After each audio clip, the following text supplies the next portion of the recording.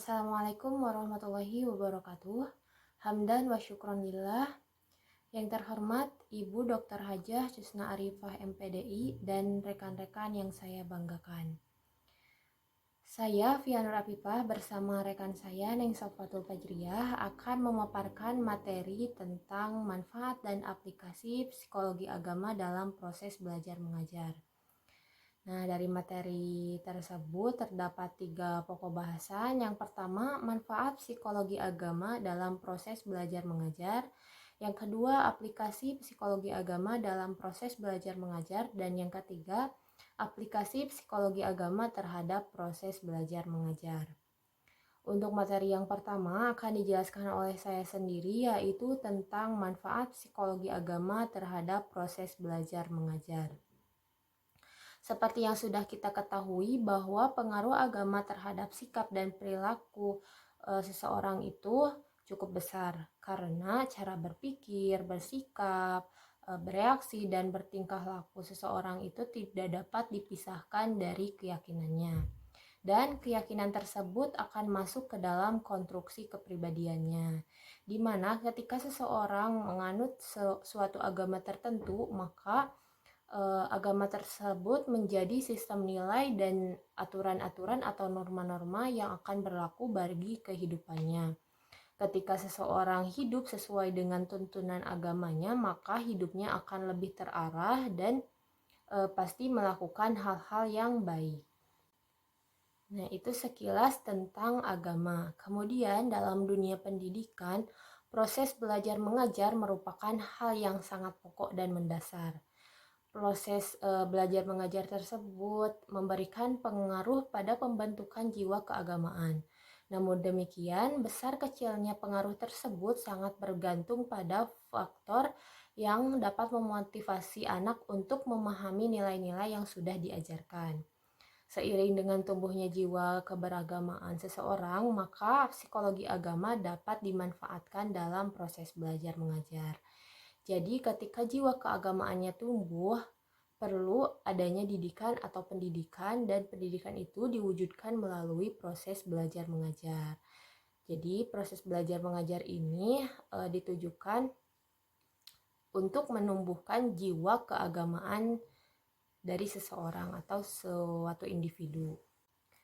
Maka dari itu, setiap ilmu pengetahuan memiliki manfaat ketika kita pelajari. Begitu juga dengan psikologi agama. Terlebih lagi, ruang lingkup dari psikologi agama itu sendiri adalah kehidupan dan perasaan beragama dari setiap individu. Dan hampir setiap individu itu tidak bisa lepas dari agama.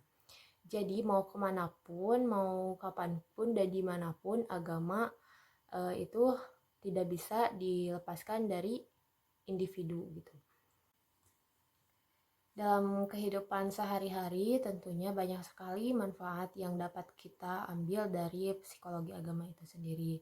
Namun di sini saya akan menjelaskan beberapa manfaat dari psikologi agama dalam proses belajar mengajar. Manfaat psikologi agama dalam proses belajar mengajar yang pertama adalah menanamkan cara berpikir positif. Nah, berpikir positif itu merupakan cara berpikir lebih menekankan pada hal-hal yang baik atau hal-hal yang positif, baik itu terhadap diri sendiri, orang lain, ataupun pada situasi yang sedang dihadapi. Nah, setiap orang yang mempunyai pikiran positif itu akan lebih sabar, ikhlas, dan tidak mudah putus asa dalam menghadapi masalah atau tantangan. Seseorang yang berpikir positif akan selalu mempunyai keyakinan bahwa masalah atau tantangan hidup yang ia hadapi akan memiliki solusi yang tepat. Jadi ketika kita berpikir positif, maka solusi akan selalu datang dan tidak ada ujian di luar batas kemampuan manusia. Bukan kecerdasan kreatif. Pengertian dari kreativitas itu sendiri adalah kemampuan berpikir untuk menciptakan sesuatu yang baru dengan sudut pandang yang fleksibel dan bervariasi. Nah, Secara garis besar, kreativitas itu dilihat dari 4 macam dimensi. Yang pertama, proses, yaitu ditinjau dari bagaimana kita menilai, kemudian mengamati, dan menghadapi situasi tertentu. Kemudian yang kedua adalah person, yaitu bagaimana kita mengenali karakteristik pribadi. Jadi apa masalah yang muncul dalam diri dapat kita amati. Kemudian yang ketiga, press atau pendorong. Jadi dorongan yang bersifat internal maupun eksternal. Dan yang keempat adalah produk, yaitu apa yang dihasilkan oleh individu tersebut. Nah, jadi seperti yang sudah kita ketahui bahwa agama selalu mendukung segala usaha manusia, baik itu secara ukhrawi maupun duniawi. Selama hal tersebut tidak bertentangan dengan norma-norma agama, akan menjadi ibadah jika dilakukan secara ikhlas. Ibadah tersebutlah yang dituangkan sebagai bentuk produk dari kreativitas itu sendiri. Nah, ibadah itu terbagi menjadi dua, yaitu ibadah yang bersifat ritual dan non-ritual. Yang bersifat ritual itu seperti sholat, puasa, zakat, dan lain sebagainya. Dan ibadah non-ritual seperti gotong royong, membantu orang lain, bersedekah, berinfak, dan masih banyak hal yang lainnya. Yang hal tersebut itu merupakan sebuah produk yang dihasilkan oleh diri sendiri. Jadi kita itu menjalankan suatu ibadah atas keinginan diri sendiri. Yang ketiga, menanamkan kecerdasan emosional. Secara garis besar, kecerdasan emosional itu berisikan kualitas-kualitas dan potensi-potensi positif pribadi yang bersifat interpersonal dan ekstrapersonal. Kualitas-kualitas tersebut adalah seperti empati, mengungkapkan dan memahami perasaan, menahan amarah, mandiri, mampu menyesuaikan diri, mampu menyelesaikan masalah pribadi, tekun, dan lain sebagainya. Jadi kecerdasan emosional ini lebih menekankan pada kontrol diri. Bagaimana ketika kita menghadapi masalah, kita itu bisa tetap berpikir positif.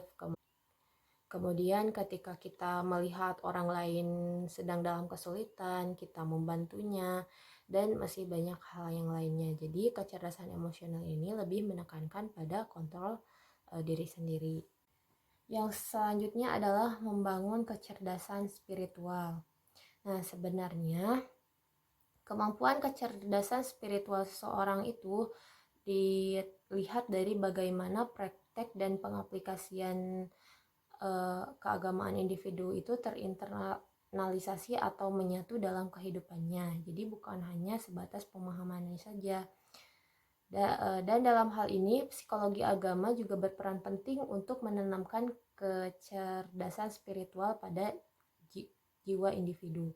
Jadi bagaimana seseorang itu menjalankan ibadahnya, tidak hanya mengetahui tentang teorinya saja, namun pengaplikasiannya juga ditekankan dalam hal ini. Kemudian manfaat dari psikologi agama dalam proses belajar mengajar adalah kontrol sosial, di mana kontrol sosial ini bermanfaat dalam tuntunan baik itu secara pribadi maupun kelompok, yang berfungsi sebagai norma-norma kehidupan agama, sehingga agama menjadi pengawas baik secara individu maupun kelompok. Nah, dalam hal ini kaitannya dengan pengontrolan diri sendiri dan pengontrolan orang lain atau lingkungan atau situasi yang dihadapi, dimana ketika kita melihat seseorang yang tidak baik, kemudian kita menegur atau mengingatkan, dan ketika kita melihat seorang yang baik, maka itu dijadikan motivasi untuk diri kita agar menjadi lebih baik. Sebagai contoh, kita hidup di lingkungan yang tidak baik misalkan. Nah, dengan adanya psikologi agama, kita itu tidak akan mudah terpengaruh oleh lingkungan yang lebih baik itu. Malah dari dalam diri kita itu, kita akan berusaha bagaimana caranya agar lingkungan kita itu menjadi lingkungan yang baik, yang berperilaku sesuai dengan norma-norma atau aturan-aturan dari agama itu sendiri. Yang terakhir adalah memupuk solidaritas. Nah, penganut agama secara psikologis itu memiliki kesamaan kesatuan iman dan kepercayaan. Psikologi agama dalam hal ini bermanfaat sebagai pembinaan persaudaraan yang kokoh yang dapat diwujudkan dalam sikap saling menghargai antar sesama manusia. Jadi, psikologi agama dalam hal ini bisa menjadi aturan bagi diri kita bahwa kita itu harus saling menghargai terhadap orang lain, menghargai yang lebih muda dan hormat kepada yang lebih tua. Kemudian bisa sebagai seorang yang beragama Islam, kita bisa memupuk silaturahmi, memupuk persaudaraan dengan yang lainnya. Kemudian subjudul yang kedua yaitu aplikasi psikologi agama dalam proses belajar mengajar. Objek dan lapangan atau objek pembahasan dari psikologi agama itu menyangkut gejala-gejala psikis manusia yang berkaitan dengan tingkah laku keagamaan. Kemudian mekanisme antara psikis manusia dan tingkah laku keagamaannya itu mempunyai timbal balik dan hubungan atau pengaruh antara satu dengan yang lainnya. Jadi bagaimana ketika seseorang beragama menjalankan aturan-aturan agamanya dan bagaimana implikasinya terhadap tingkah lakunya. Apakah hal tersebut mempunyai timbal balik ataukah tidak, ataukah hal tersebut mempunyai hal-hal yang positif ataukah tidak. Aplikasi psikologi agama dalam proses belajar mengajar. Nah, aplikasi psikologi agama dalam proses belajar mengajar tersebut berkaitan erat dengan teori kepribadian dari Sigmund Freud yang diterapkan dalam bimbingan. Namun, hal tersebut juga bisa diaplikasikan dalam proses belajar mengajar. Nah, yang pertama, teori dari Sigmund Freud ini adalah konsep kunci bahwa manusia adalah makhluk yang memiliki kebutuhan dan keinginan.